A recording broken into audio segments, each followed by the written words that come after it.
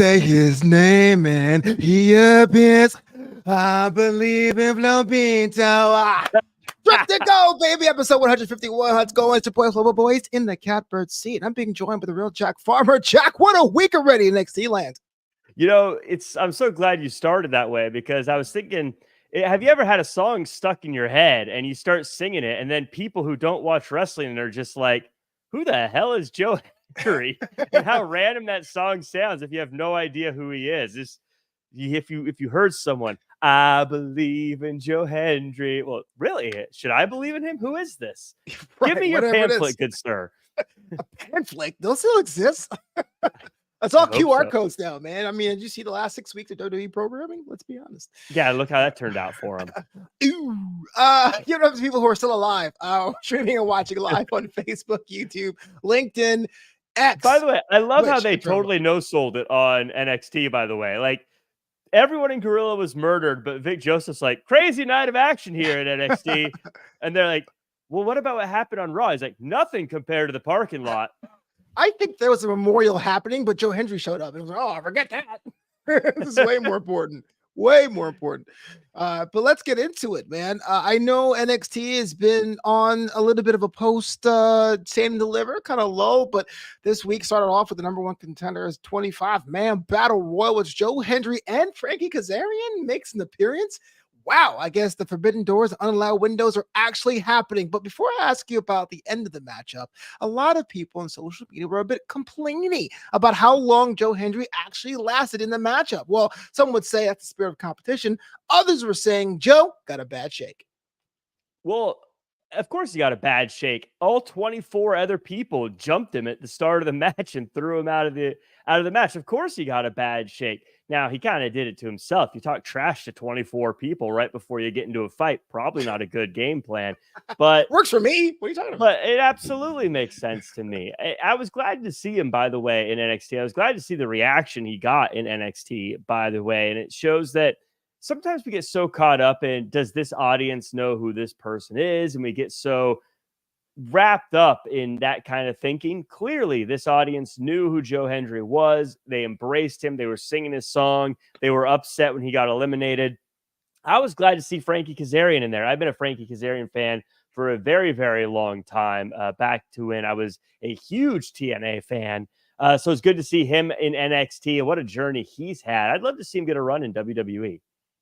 Got to ask you the question everyone's asking on the interwebs about the TNA right now NXT relationship. People are saying, hey, look, how does it benefit both? People are speculating about companies purchasing companies. Right now, as a fan, as a pundit, as a journalist, are you on board? Do you want to see more? Is this a right level of mixing around? What say you?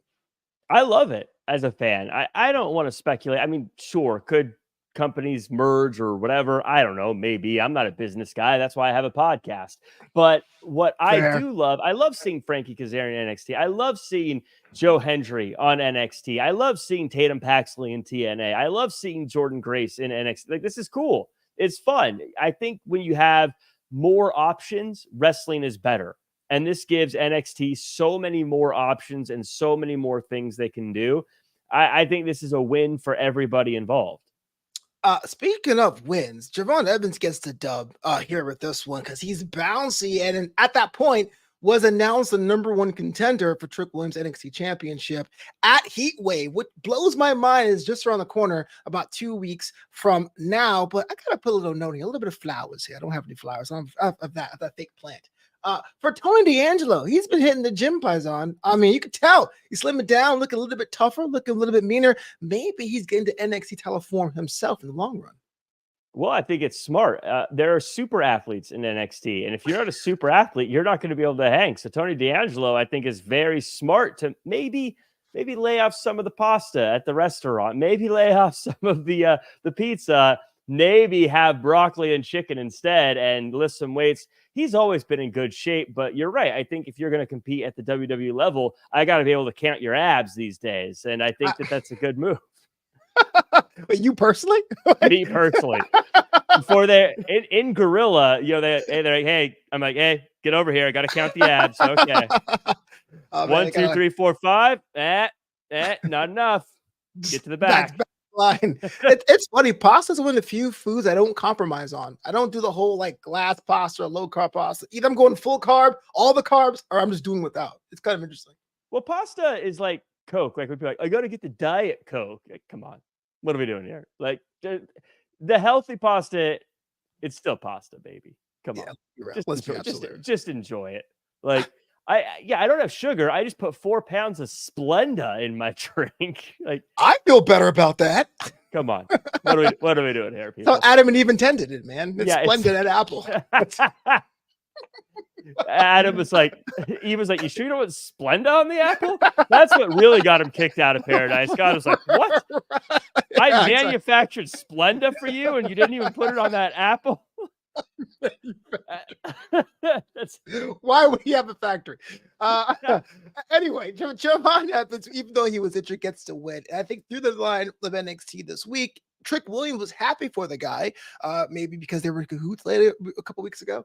But he was injured, and it felt like he could have took his ball and ran with it. But Ethan Page coaxed him into another matchup. And our main event was actually Ethan Page and Javon Evans. Now, we're going to get to the match result in quite a second. But if you're Javon, if you're bouncy, you get the dub.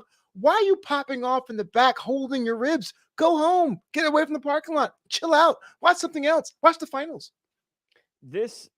You're right. This was absolutely a story of tragedy for Javon Evans. Tragedy. An absolute tragedy. It started, it's the frown structure, right? Started bad. He was in a fight with 24 other guys. Got good. He got the win. Then everything went sour when he started letting Trick Williams get in his ear and start pulling his strings and start manipulating him. This is what champions do. Wait, what? Ne'er-do-well, Trick Williams, making someone like Javon think that he's his friend. I mean, I'm surprised you're shocked here. All Trick Williams is doing is following what he saw Carmelo Hayes do to him. It's very Sith-like, right? I mean, he's like, look, there's 2 of us. I'm going to keep you under my wing, going to hold you down, going to make you get into situations that you can't handle. And we saw that happen to Javon Evans. Now he's in a match with Ethan Page. He's getting injured even more. Those ribs are no good. It's easy pickings for Trick Williams now. I'm going to put you on a slow screen in quite a second because I really want you to defend your guy. Because 6 weeks ago or 4 weeks ago, when Noam Dar was attacked, you were saying they were the best of buds. They were in cahoots. I actually referenced that to give you an out. But now you're saying that Trick Williams is manipulative. So big screen, Jack Farmer, defend yourself.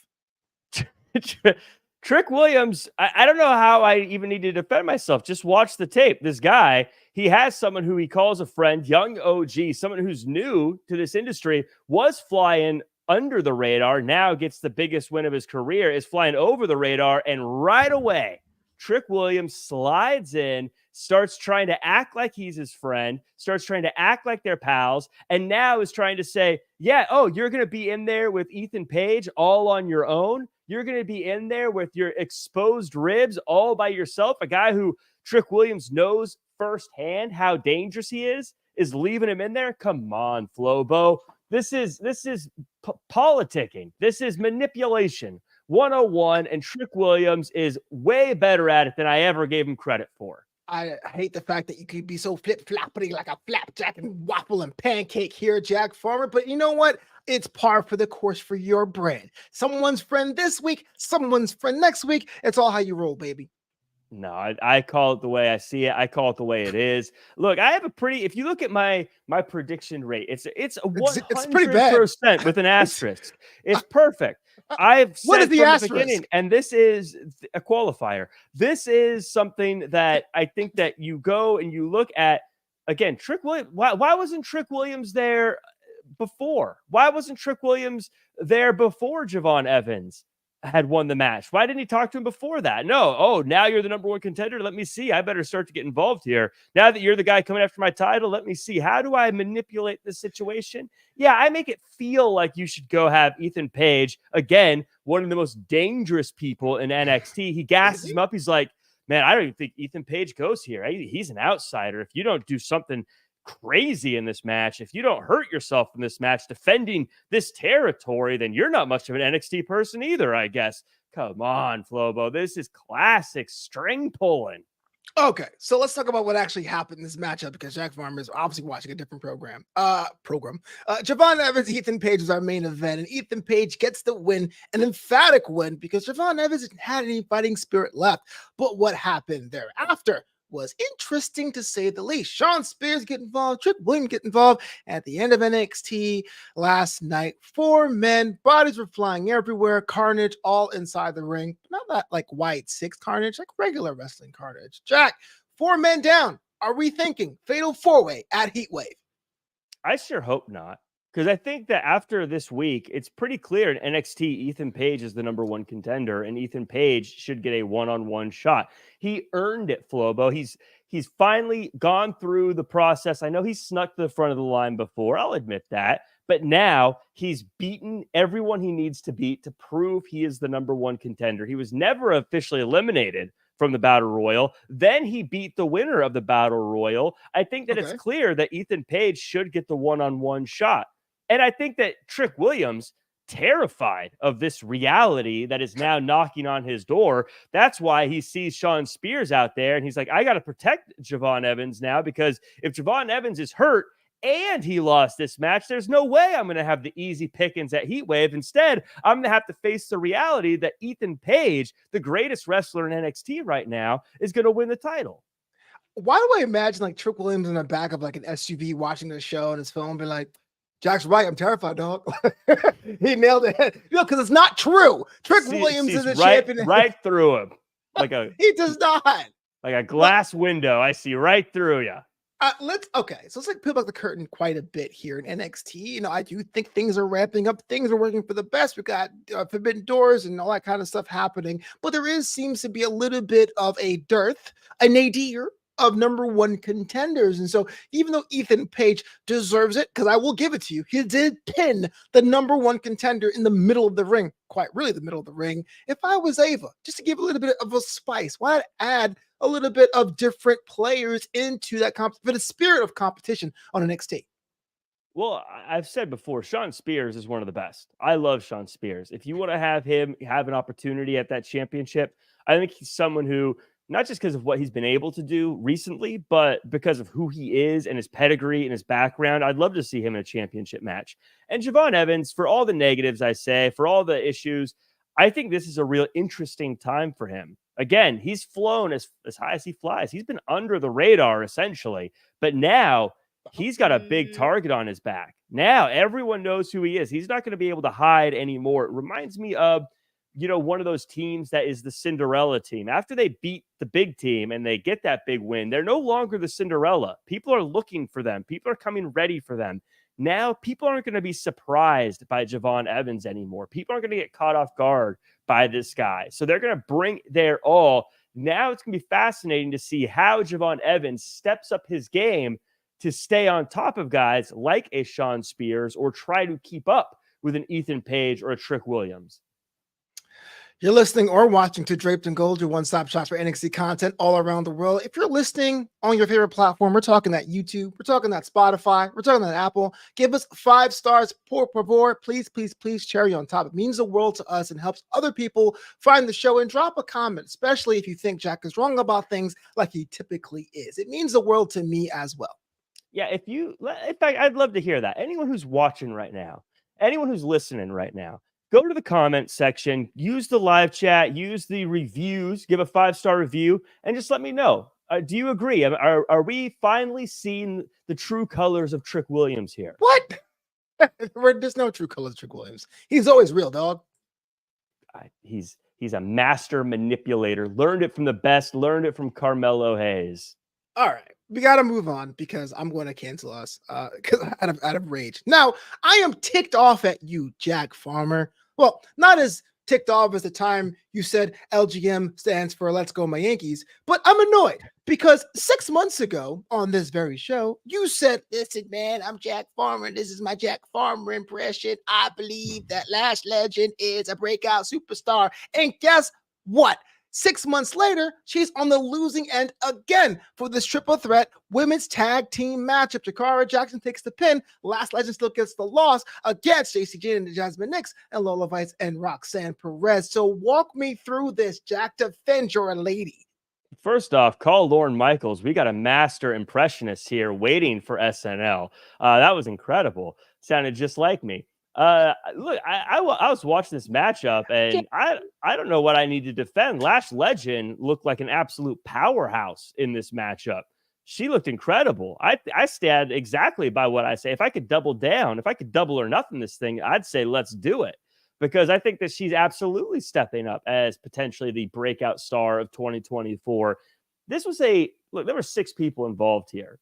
There were 3 tag teams. One of them was the NXT champion involved in this. Not getting the dub isn't the end of the world for Lash Legend. I do agree.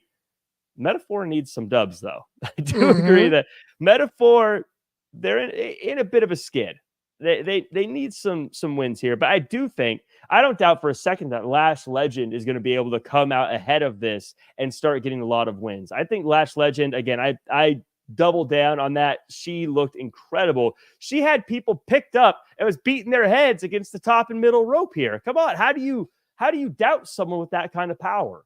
I doubt wins and losses. And well, when you will lose a lot, to your point, she did lose a lot more of this year. But I'll get to the eventual winners of Roxanne Perez and Lola Vice in quite a second. Let's talk about JC Jane and Jasmine next. Now, last week, where Cody Rhodes was on the program, he gives JC Jane his mask from his dashing days or undashing days. And she seems to be able to wear both, which is kind of weird because they have different shaped faces and all that. Look, we like JC Jane. We like Jasmine Nix. Do you like them together as a tag team, or do you think they have better metal in single competition? I definitely like them better together. And I think it's a good idea for JC Jane to double mask it. I mean, it's a very dangerous situation when you have your nose broken by somebody. Right. And so I like this. I think this team works together very well. They have chemistry together. I think that they can grow together. JC Jane clearly has a background in tag team wrestling, and I think that will help Jasmine Nix grow in that world. And I also think that Jasmine Nix brings something out of JC Jane that makes her a little more dangerous. I like this team. Well, fine. Let's talk about the winners then. Lola Vice and Roxanne Perez. Forget about coexisting because even though they got the win, your union was pretty much short-lived. Lola Vice says, I'm not here to make friends. Roxanne Perez has the most prized title in the game. Well, it looked like they're going to be friends, was quickly dashed for Roxanne attacking Lola Vice after the matchup. Now, again, back to the men's division, I was saying there was a bit of a problem with number 1 contenders, but it's looking more and more apparent that Lola Vice is the number 1 contender for the NXT Women's Championship. If you want something done, you got to do it yourself. You got to take destiny by the hand. I think that what Roxanne Perez has learned in NXT more than anything else is that you control your fate. And she has taken a very proactive approach in controlling her fate. She tagged herself in. She could have just let Lola Vice do whatever she was going to do, and maybe they would have won. Maybe they wouldn't have. Roxanne Perez didn't want to wait to find out. She took destiny by the hand, and she made sure she got the win. And then, smartly, she didn't wait for Lola Vice to turn on her. She didn't wait for Lola Vice to be ready. She got her early. She got her now. She said, look, I'm going to start this off. If you look at most fights, Flobo, okay, the winner in most fights is the person who throws the first punch. That's just a statistical fact. Not in movies. Roxanne Perez threw the first punch. I think she knows that this puts her in pole position. She didn't wait. Lola Vice doesn't have exactly a sterling track record for not betraying people. I think this was a smart move by Roxanne Perez. So here's a question, though. Is Roxanne Perez threatened by Ms. Vice?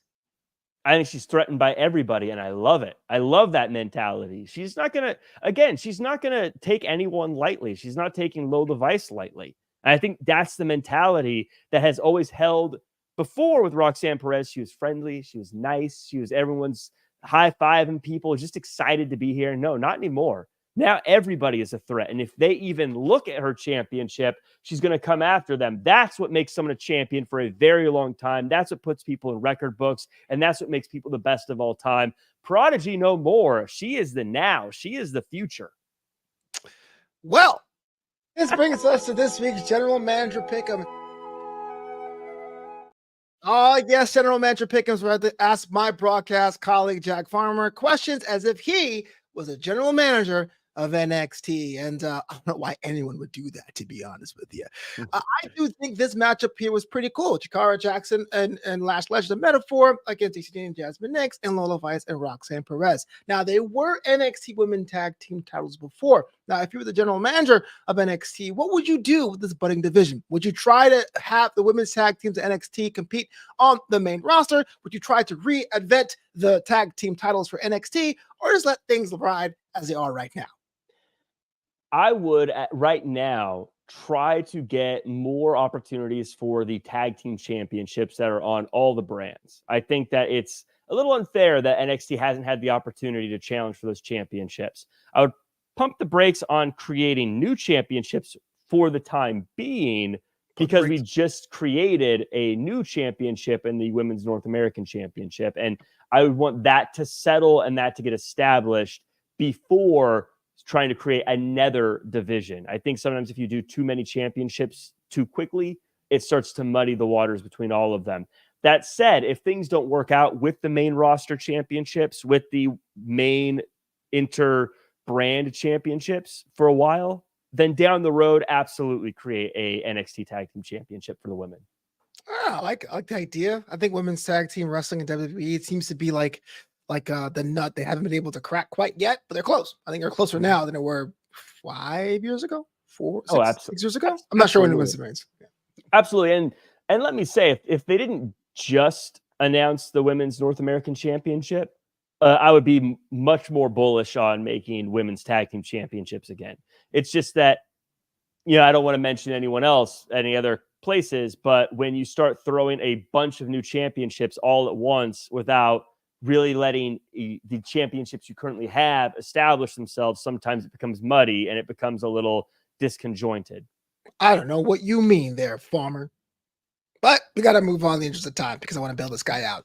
Let's talk about your favorite person on the roster, the Glam Rancher. Fallon Henley was in action this week against Carly Bright. And Carly, it's all about positivity, but it just wasn't enough. You can tell the tassels, all of the vegan leather, there's pretty much too much to bear as Fallon Henley gets the dub here this week. I love how this new attitude, non-ranching Fallon Henley has really just taken off. I think non-ranching. I think that the farther she gets away from ranching, it's just the more successful she's been. I really liked her approach here. I think that she looks great. I think that she is someone who is absolutely, we talk about divisions that are starting to form. I think Fallon Henley is easily setting herself up for a North American Championship shot. Okay, hold on. Let me stop in here just for a second. What does it mean then?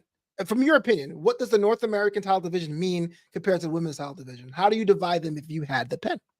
Well, the way I look at this is I look at Fallon Henley and I look at who she is and I look at who she represents. And as she moves farther away from ranching and closer to farmer, the backbone of North America, I think she absolutely is what North America needs as a champion. And that is ready for president. What are you talking about? And that is that, middle America, the heartland. That's what we're looking for here. Fallon Henley really represents that. I mean, you see it in the way she acts, the way she dresses, the way she wrestles. She is all American, all North American. I think that Fallon Henley is what that division needs. Thoughts about Carly Bright? Because I'm utterly confused about the fact she's now a farmer now. Carly Bright's not a farmer. I'm going to confuse that you think that Fallon Henley's a farmer now. Thoughts about Carly Bright? No, she's making the I'm seeing the changes. Whatever. She hasn't changed. She just become a jerk. You're like, oh, I see the changes. I like. She hasn't mentioned farming in a long time. And now she has. She wasn't a farmer. She hasn't mentioned ranching. I'm sorry. She hasn't mentioned ranching in a long time. In fact, she's going back to the old bar days. You know who likes drinking at bars? Farmers, after a long day of hard work supporting America. Okay. All right. Whatever. Thoughts about Carly Bright.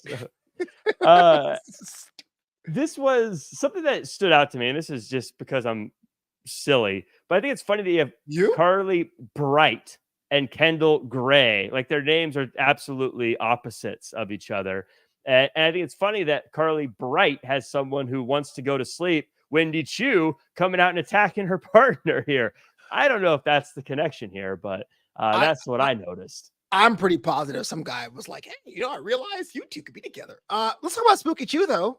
We're talking about the rise of gimmicks of the otherworldly class. On Monday Night Raw this week, we saw the debut of the White Six. I'm not saying Wendy Spooky Chew is part of that group, but NXT has two ladies in Tatum Paxley and Wendy Chew that can pretty much subscribe to that magazine. Thoughts about the new Wendy Chew and her focus, and will she still find a way to stick out on a very crowded roster?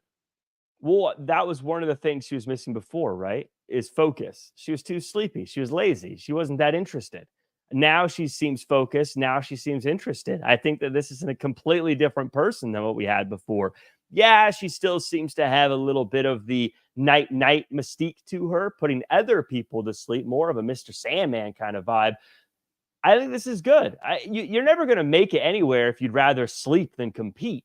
So I think that the fact that she wants to have conflict, she wants to fight, this is great. I think this is a great step for Wendy Chew. First step out of bed on the right side of the bed this morning.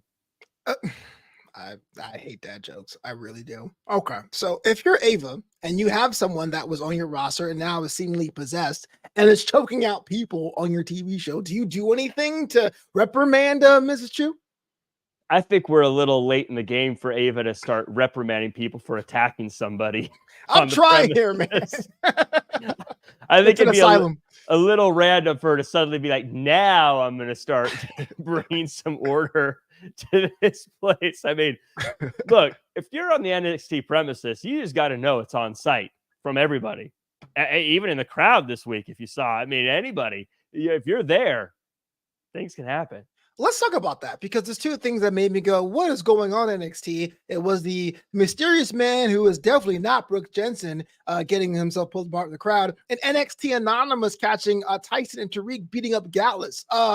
Has Ava lost control? Was she ever in control of NXT? And if so, how long will this go on?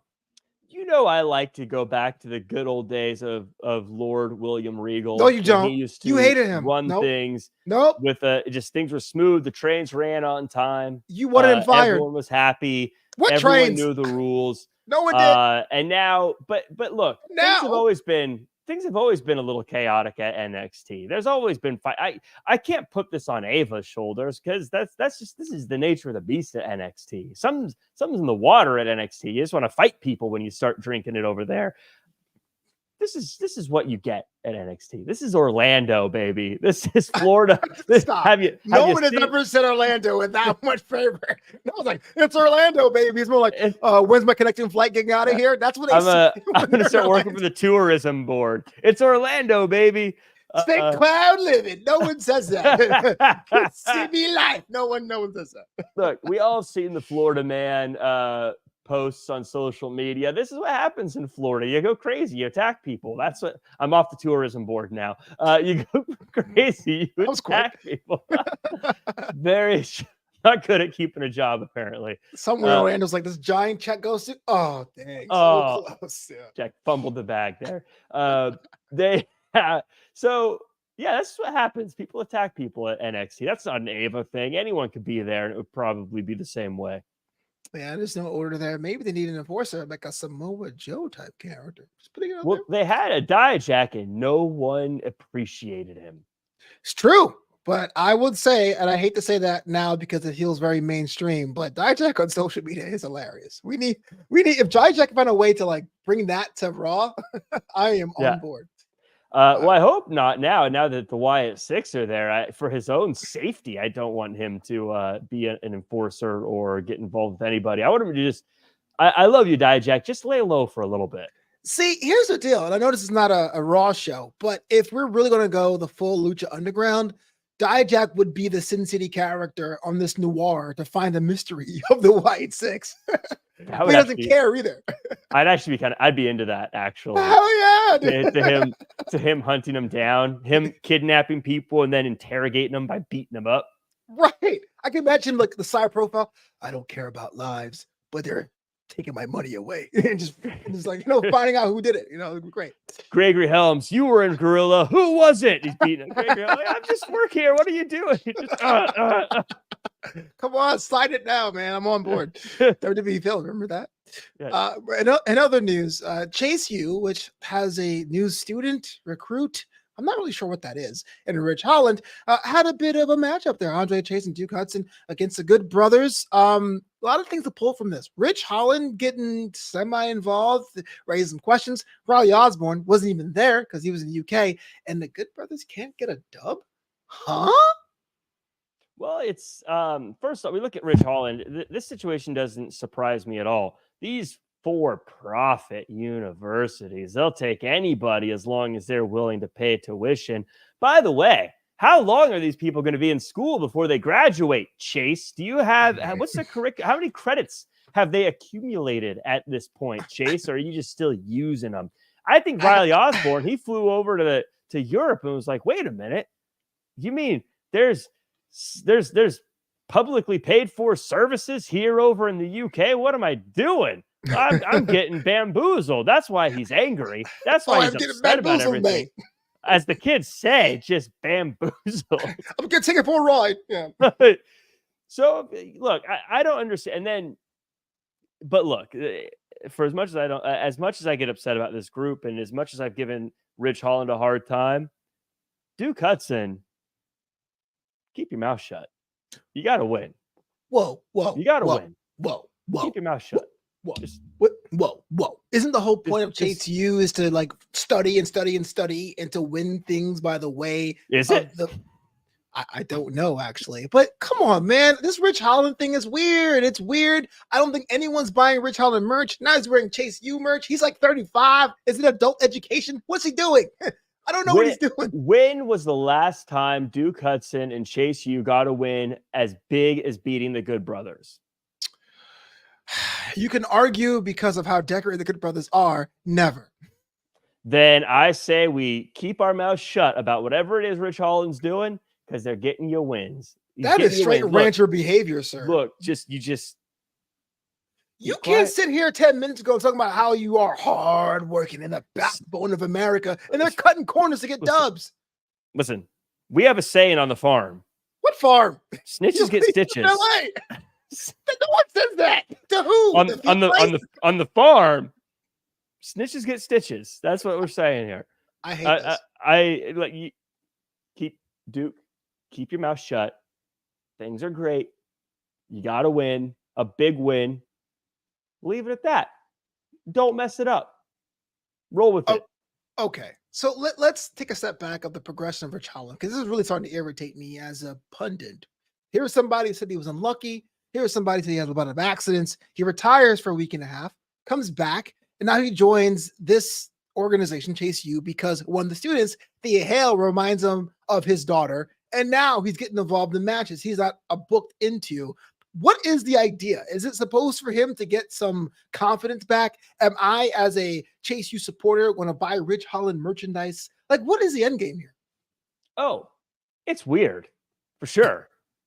But look, I'm just saying, Duke Hudson, keep your mouth shut. You got to win. Just roll. Sometimes weird stuff happens at work, Flobo, and sometimes you just got to go, hey, I'm getting wins. I'm leaving it as it is. And if you're Duke Hudson, keep your mouth shut. Take the win. If you're in class, let's talk about class, Flobo. If you're in school, okay, and you're not sure what an answer is, and you're just thinking and you're looking around and you happen to catch a gander at someone's paper and see the answer. I'm from Brooklyn, sir. We don't gander anything. You gander. Take a gander. You gander and you happen to see an answer and it looks right.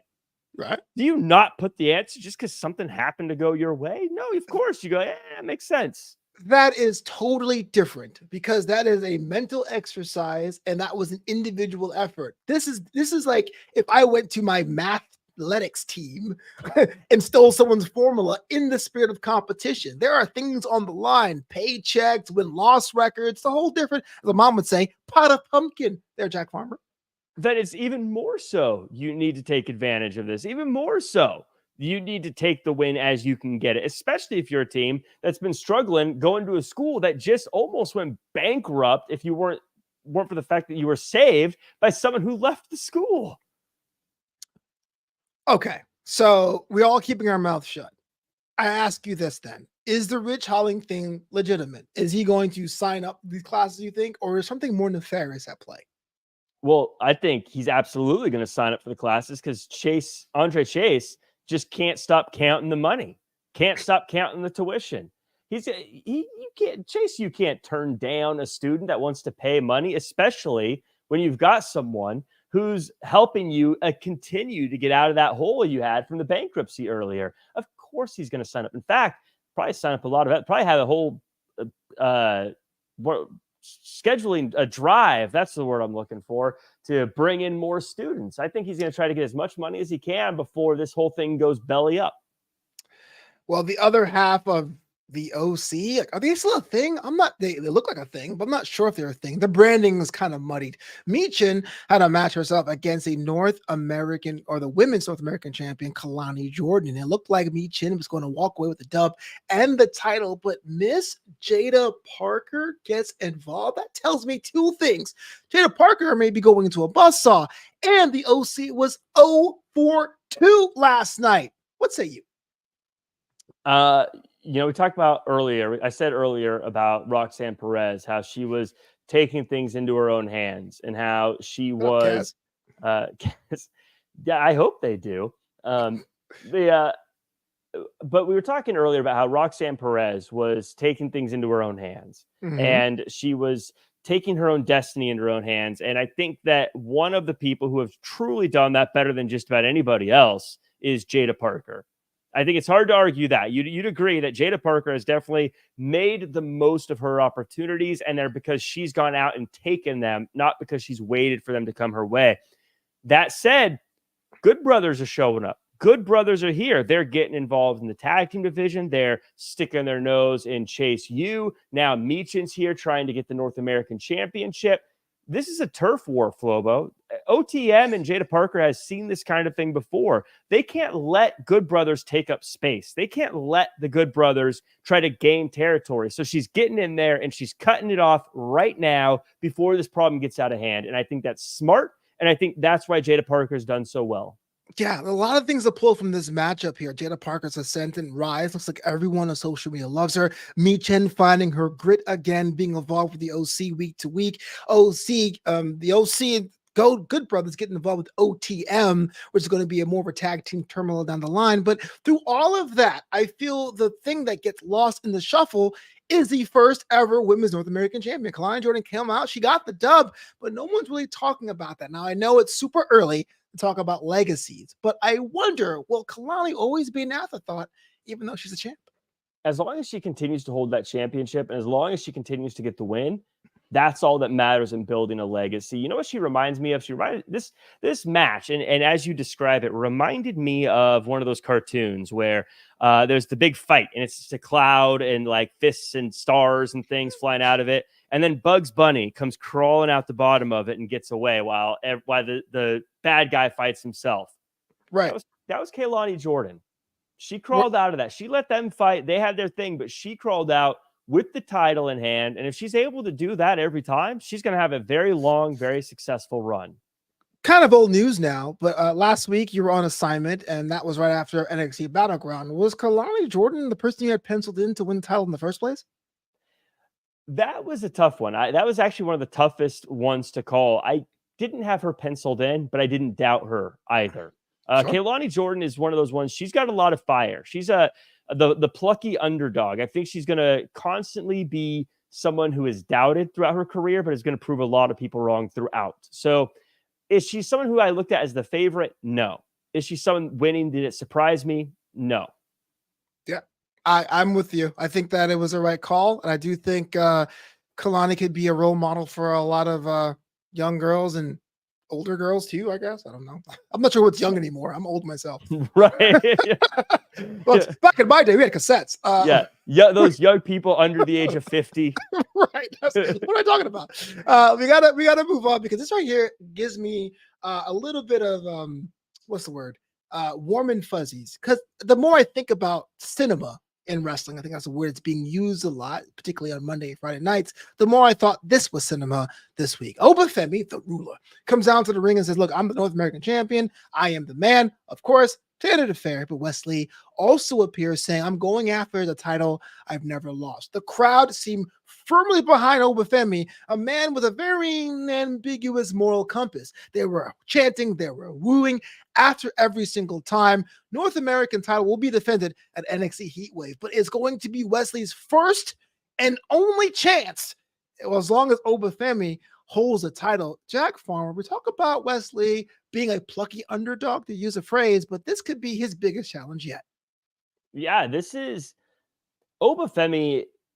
People being on the fence about him, even though he's morally ambiguous, as you say, people like it are going to like him regardless of what he does. And the reason is because Obafemi's greatness. It's hard to deny it. It's hard to deny what greatness is.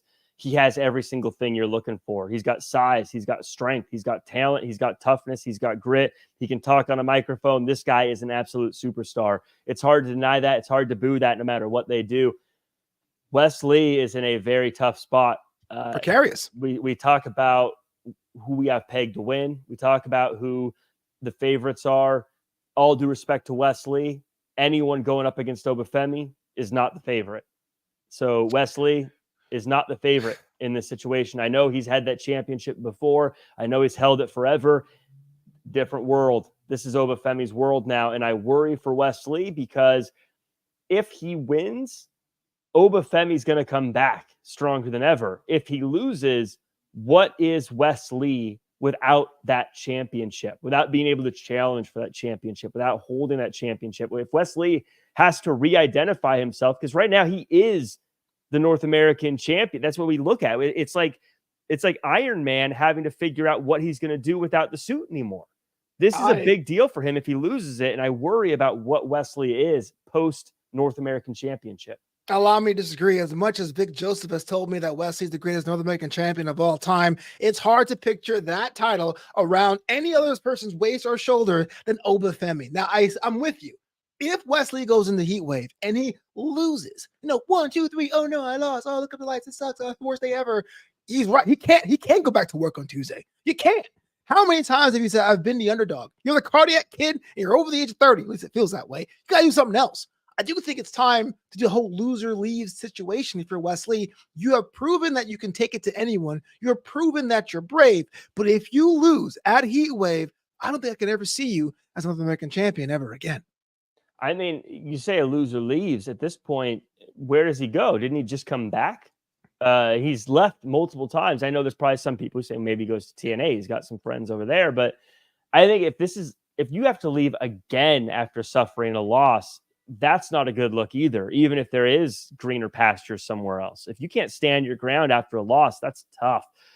Wesley, I really hope whatever happens here works out for him. Obafemi's going to be fine. Wesley, he's got to thread the needle here somehow. He's got to win, because if he loses, I don't know, to your point, I don't know what Wesley is without the North American Championship. As it is right now, what's going on, Adriano? What up? Hey. As we wrap this up, I realize there's some things I've noticed watching NXT. Really 3 quick things you can help me out with. These are some burning questions I had. First things first, North Quarter Catch Crew is trying to recruit Tavion Heights. Do you like this? Do you not like this? Is it weird? Is it not weird? What say you? I liked MC. Don't know if he's the best leader of this group. Didn't seem like he had his head screwed on quite straight in this situation. Also, not really sure that if you're a team that is supposed to represent excellence, that recruiting a new person who has yet to be tested on NXT is the way to go, right? I mean, if you're supposed to be the most technically gifted, if you're supposed to be the best in the ring, best on the mat, shouldn't you be trying to recruit people who have represented that historically, as opposed to just trying to get someone who's new in the locker room? Also, I think it's a bad sign when you're trying to recruit someone and they're that lackadaisical about joining.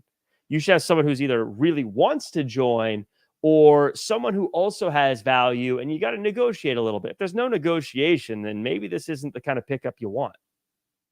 I'm with you. Maybe it's a Chase U thing where they're a school and they need more people in their group for running and drills. I mean, it's kind of hard to do partners if it's 3 of them. I guess. But I'm with you. I think Charlie Dempsey just seems a bit unhinged. And I don't know if I should cheer him, boo him, or ask if he's okay on the inside. You know what I'm saying? I think you need to ask if he's okay. I mean, his friends were kidnapped fairly recently and left in a trunk of a car. He did have a Heritage Cup championship stolen from him. I think stolen. He is probably a little. I mean, he lost a good friend and mentor in a horrific way. So I do think that maybe someone just needs to talk to him and let him get some stuff off his chest. He's had a rough go over the past few months. Oh yeah, man. How boo-hoo Charlie Dempsey. Elsewhere, how dare you? It's Men's Mental Health Awareness Month, and here you are boo-hooing Charlie Dempsey after everything he's been through. The thing is, I don't think it's a mental what? It's a men's mental health situation. I just think he's just purely evil and wants to manipulate others, and I don't think that stuff matters. I just think he's just kind of a Batman villain at this point. Well, he had some friends over in NXT UK. I wouldn't mind seeing come over to help him continue that kind of run. Are we talking about Rohan Raja and Tielman? Of course. All right, I'm just gonna make sure if your other friends, his dad is there too. Elsewhere in the NXT, well, his dad is too busy trying to figure out how to become the GM again. You think that's it? You think it's succession happening backstage? I'd like to think so. I like succession, so I just want succession happening everywhere. Oh yeah. Like I said, I hope Gregory Helms is trying to succeed Triple H somehow. That would be the best promo here. The board of trustees have denoted Mr. Stone, the GM of NXT. Okay. Mr. Stone might be actually. That is a horrible idea. Because if everyone could beat you up, you're not much of an authority. Right? Make the match.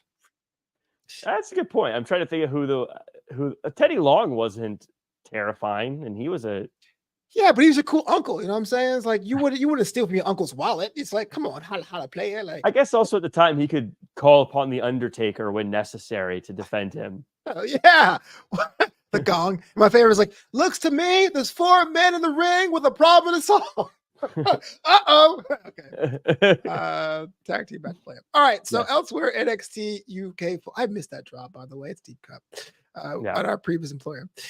Nathan Frazier and Axiom are kind of having a bit of a problem. Looks like Nathan Frazier's going to business for himself, getting himself involved in that battle royal without telling Axiom. And Nathan Frazier says he signs an opportunity for the Heritage Cup match without Axiom knowing. Now, I think Axiom's in the right. Why wouldn't the partner tell their partner what they're doing? But you defend your guy here. Oh, I agree with you completely. Wow. I agree with you completely. Nathan Frazier, this is a bad move on his part. I'm all about selfishness. Don't get me wrong. I'm all about putting yourself in a position to win, but we've said before, this is a team that can barely hold on to these titles at certain times. It's a very dangerous time to be a tag team champion in NXT right now. So to spread yourself thin and try to win championships in other divisions doesn't exactly put you in a good position to defend your own championships. He needs to be focused on those tag team titles because you've got Gallus breathing down your neck. You've got all sorts of teams. You got Chase U coming for you. You've got the Good Brothers coming for you. You've got the new tag team. They got the new tag teams coming through. AOP could return at any given moment. You've got to have your head on a swivel. You can't be focusing on all the other shiny objects out there. You got to focus on the ones you've got. I'm with it. And lastly, we saw a little bit of a vignette of Izzy Dame, or should I say Izzy, quote, the great Dame, talking about how volleyball and experience with the sport is going to help her in the ring. I'll be honest with you, Jack, because I can admit fault. At first, I didn't know who it was. I was like, who is this? Is this a new talent? Oh, wait, it's Izzy Dame. She has to have herself a bit of a reconciliation of who she is. Now, I ask you this, seeing that promo last night, do you think Izzy Dame has a path to collecting dubs in NXT? I mean, potentially, she's a superstar athlete. That's always a good place to start. She's confident in herself. That's always another good place to start. Once you get in the ring, it's always a different ball game. We'll have to see how she handles that. One thing I really did like about this is she called everyone like you a NARP. Right. Was it athletic regular person? Athletic regular person. No. You NARP. Nope. All you NARPs out there. Nope. Not me, but all you NARPs out there. Oh, really? Are you athletic? What sport do you athlete at? I do all athletics. Mm-hmm. I am known as an athlete for athletic intentions. Okay, name one. An athletic. Just name one. Well, I was athleting the other day, Okay. and me and my fellow athletes, I was like, "Hey, what do you want to do?" And they're like, "Let's athlete." And I was like, "Cool." And so we athleted for a long time. I wouldn't know about that because I'm an ARP. Yeah, you're a NARP. You don't understand how that goes. I swear, I hate you. I hate you so much. Well, to that And point, we all high-fived afterwards, like, great athleting today. it sounds like a legit club. I can't get in. I'm sorry. I guess I'm just a regular person.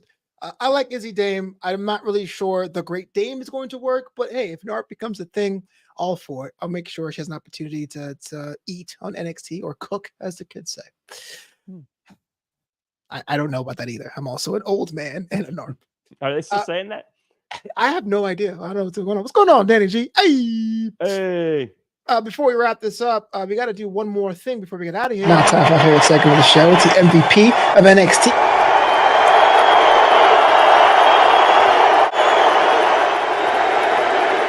Oh, yeah, it's time for the MVP of NXT. It's where I get to say, Jack Farmer, who stuck out for you the most? Give me a single, give me a tag team, give me a staff member. Who is your MVP of NXT this week? Easily, Roxanne Perez.